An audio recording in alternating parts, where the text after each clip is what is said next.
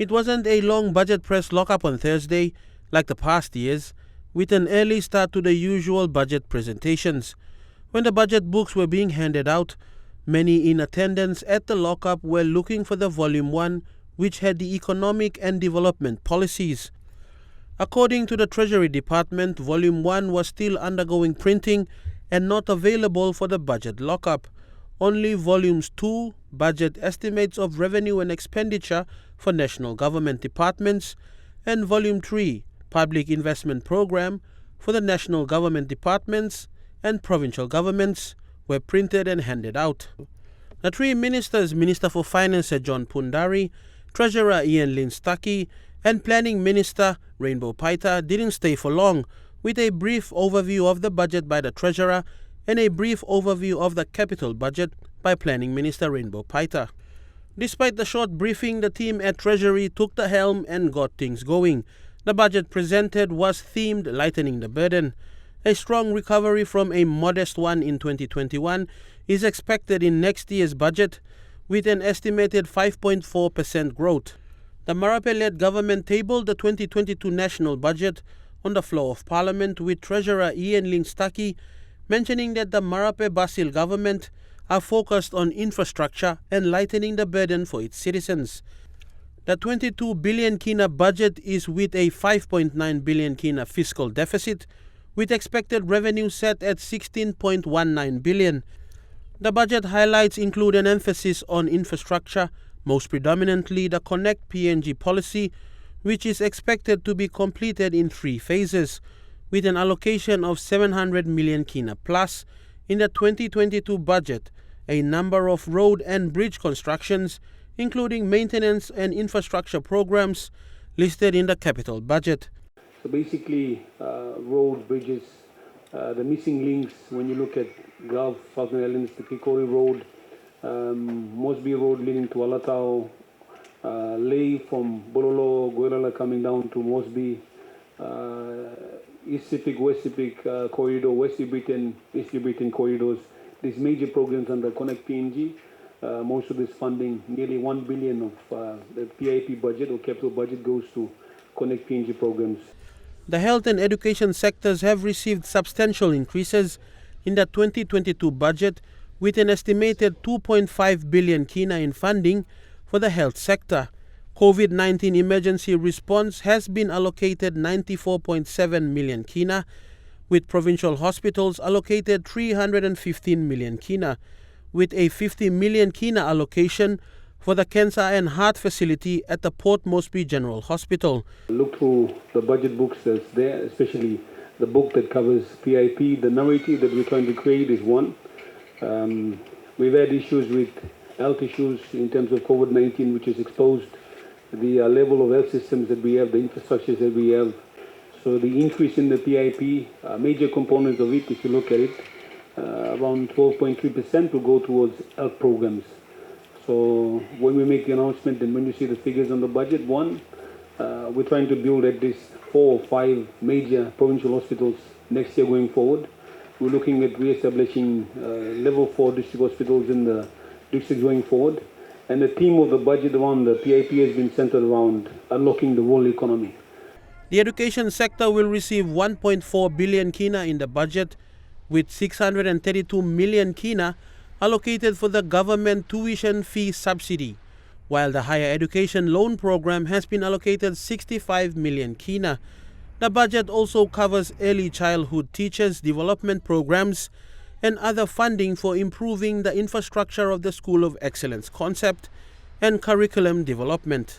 On education, we are increasing spending from 1,095 million kina to 1,417 million kina, an increase of 333 million kina or 34%. We are providing 632 million for full government tuition fee subsidies, the highest level of fee subsidy support ever provided by any government in our country. Provinces are expected to get a slash in funding, with the Planning Minister Rainbow Paita mentioning that due to COVID-19, 20% of the 10 million Kina Provincial and Improvement Program (PSIP) and District Services Improvement Program (DSIP) would be cut so that 220 million Kina could go to hospitals and the construction of 10 new ones as well. PSIP and DSIP program that we have annually, which is a 10 million Kina allocation for districts and provinces.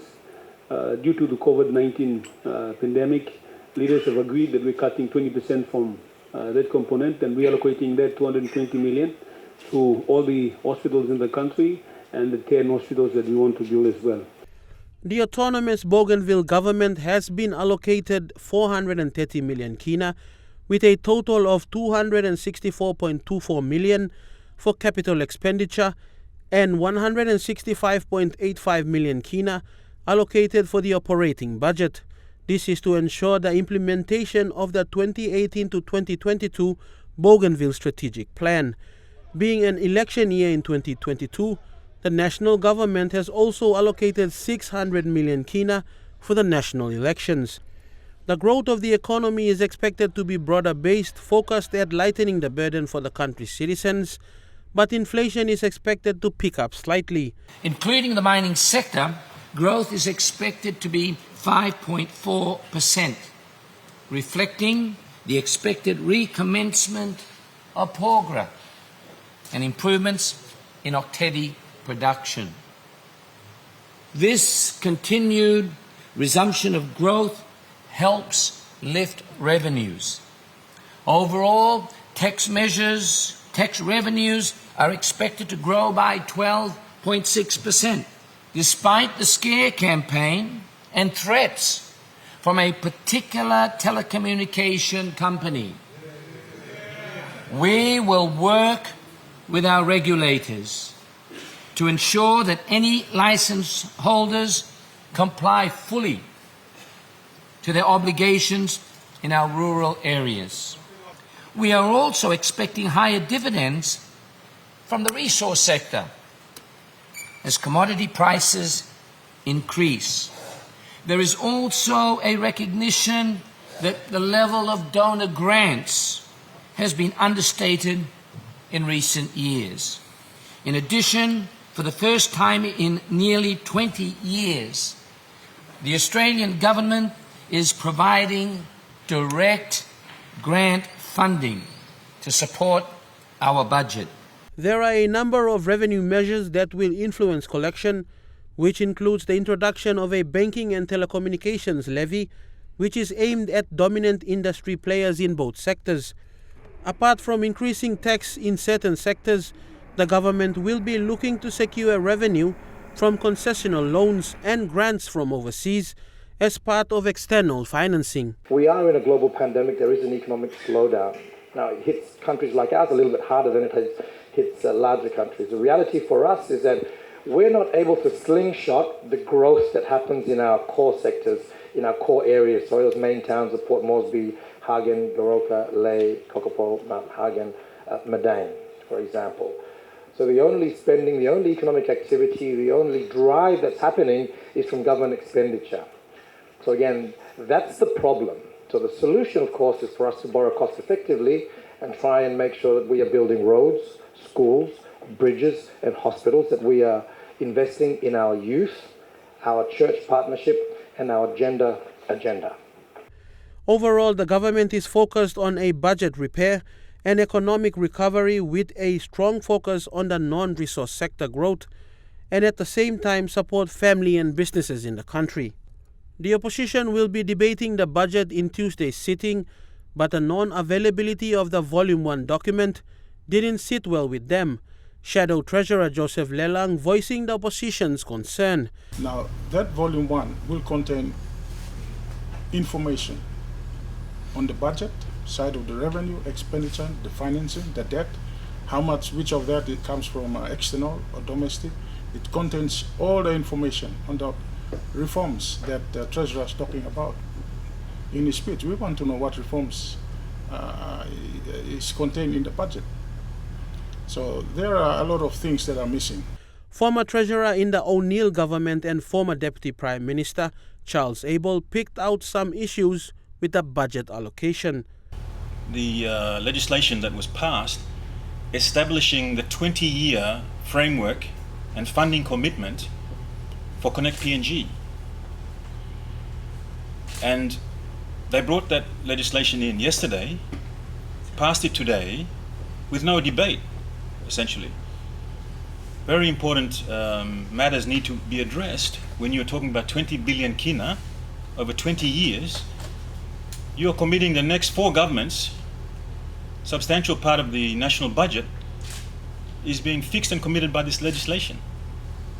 We already had so much bad experiences in establishing powerful organizations with substantial amounts of money in trust funds, or dare I say it, even the Kumul structure, that undermine Parliament, undermine the government, undermine the budget process, and then we come back to a budget that's got no money, with record deficits years and years in a row. Yet we're committing large amounts of money to off-budget organizations run by boards and trustees. The opposition leader Belden Nama said the budget could not have been tabled without the Volume 1 given to the opposition, calling it a sneaky move by the Treasurer and the government. So opposition is adopting the position that there was no budget table today. And any budget process today, we're saying that it's illegal. So we take Treasurer statement as just a ministerial statement. It was not a budget statement. So we are saying that this government is very sneaky, and we have a treasurer that I call him Sneaky Stuckey. If the opposition do not know, then how do we, as the opposition during our response, scrutinize the government's performance without the Volume 1 of the budget document?